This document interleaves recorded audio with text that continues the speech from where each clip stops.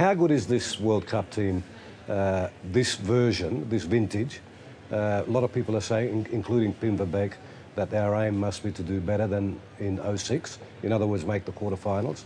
How good is this team?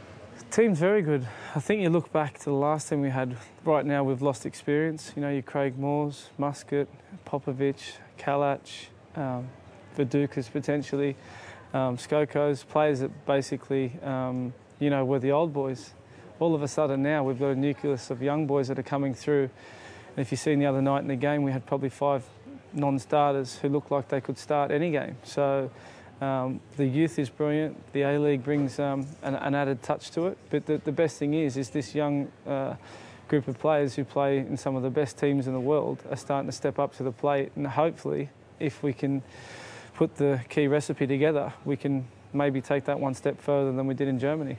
But the core of the team, the basic first choice 11, is pretty close to being the same as it was 4 years ago. So these players are 4 years older. Not so much. It's not so much a problem for yourself, but others are way past 30. I think, yeah, I suppose it's a great point. But one thing that we need to think about is what's behind it. You know, who's going to be the partner for Lucas Neal?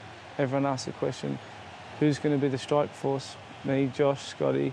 There's so many youngsters coming through. What tactics we're going to play and the way it's going to move forward. And then with that is how you're going to connect the players that are not playing regularly, that are playing regularly, or even to be part of a squad. There's only 23 players out of probably the 40 boys that's played over this whole qualifiers that's going to make the end product. So I really think it's going to be difficult, but the one thing Pim does, he understands every player, he spoke to every player, and he can relate to them. And relating to them in that manner knows that he knows them mentally and physically, because some will be up to it and some won't be. Is it realistic expectation, though, to make the quarterfinals, or better? I hope so. One thing I'm not is someone who speaks up how good we are. We're very quietly confident, and we're confident we can do better because we have the right players that can probably make this happen. But what we need to think about is how we lead up to that in the next 12 months to get to South Africa ready for the first game. My main aim is just to get out the group. After that, I'll tell you what I think.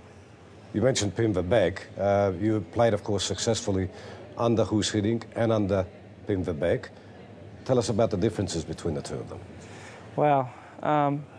You know, Guus Hiddink is a master tactician, obviously someone that's worked at the highest level for years and years with some of the biggest teams, biggest players.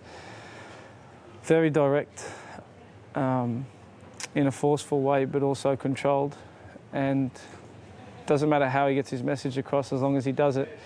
And he conducts himself in a manner that he doesn't take no nonsense from nobody, so, which is great. And then Pim, total opposite. Quiet, you don't see him getting upset, can relay a message nicely, understands every player and gives players a chance. Always open to criticism from the media, as we are as players, and takes it on the chin. But the one thing I think is the education of how difficult and how hard it is to qualify for World Cup.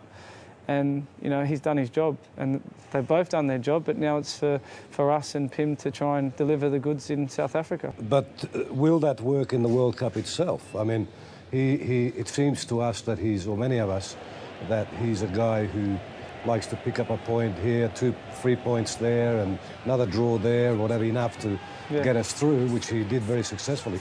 Now, that's the World Cup in that sense is a sprint. Yeah. It's not going to work, is it? Well, if I give you an example, then you can look at Italy losing the other night. They won the last World Cup. They can't win a game. France, one of the best teams in the world, can't win a game. Egypt against Brazil getting so close. New Zealand, you know, teams like that. So what I'm trying to explain is it's not as easy as what people think playing in the Asian group. Now everyone's on a level playing field. Yeah, as players and as a manager, didn't matter how we got there. If we'd won 10-9, whatever, we drawed every game and qualified. The main focal point now, we're all going to be tested. Pim and the staff, us as players are going to be questioned, and it's up to us to step up to the plate.